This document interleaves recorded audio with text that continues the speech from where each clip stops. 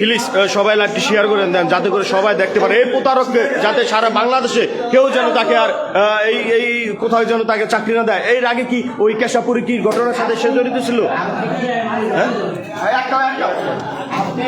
দর্শক, আমি সরাসরি লাইভে যুক্ত হয়েছি, আপনারা দেখতেছেন এখানে কিন্তু হাজার হাজার লোক কিন্তু এসেছে। আপনি জানেন এই সুনাম কামাইতে আমাদের কত বড়, আপনি যে পুরো আলেমের সংস্করণ,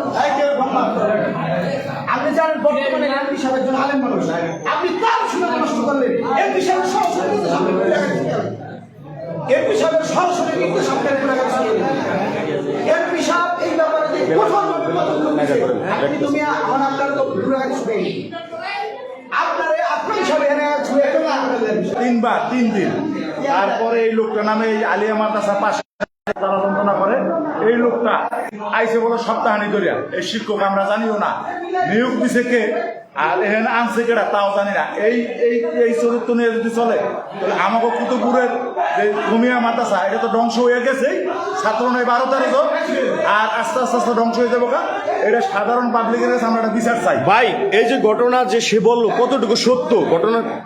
আপনি কয়দিন কাজ করছেন এরকম? 3 দিন আমি ওই বাচ্চাটার সাথে এরকম করার চেষ্টা করছিলাম ভাই। সত্যি কথা হচ্ছে উপর আল্লাহ সাক্ষী, আমি সেরকম ভাবে সরাসরি কিছু করি। যখন দেখছি ভয় পাইছে, ভয় পেলে আমি আসতে পারি। আপনি একজন ছেলে মানুষ হয়ে একটা ছেলের সাথে কেমনে এই কাজ করতে পারলেন? ভাই আমি এটা শয়তানের ধোঁকায় পড়ে বলছি ভাই। আমার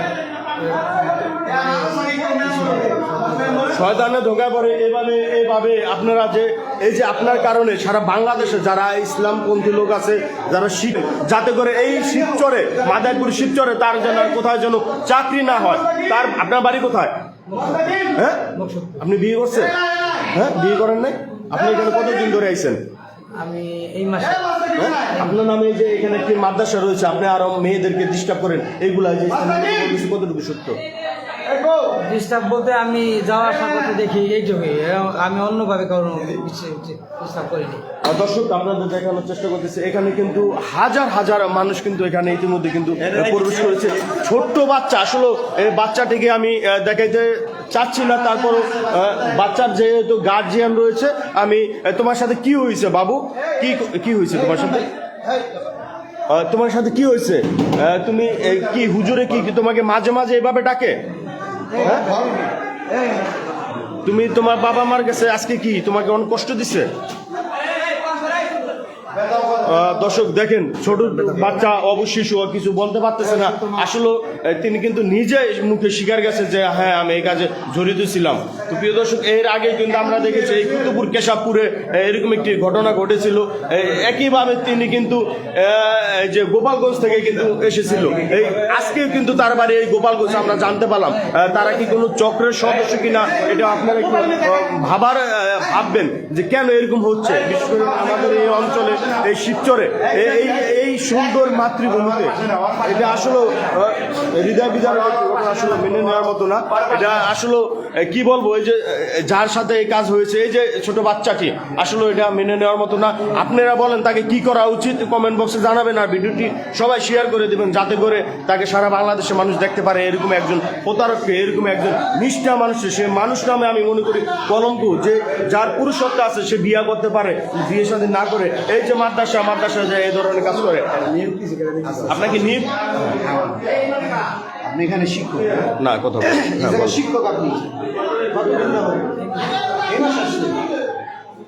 এই মাসে আসছেন। আমরা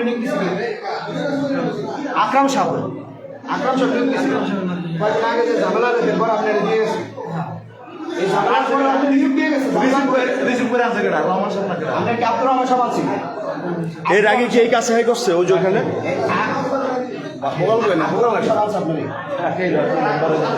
মানে এলাকাবাসী আপনার কিছু বলছেন?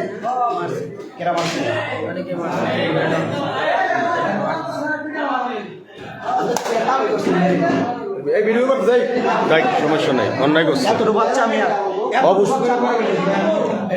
ভিডিওটি কি হয়েছে আপনার নাতির সাথে? সে 3 দিন সব ছাত্র ঘুমাই গেছে,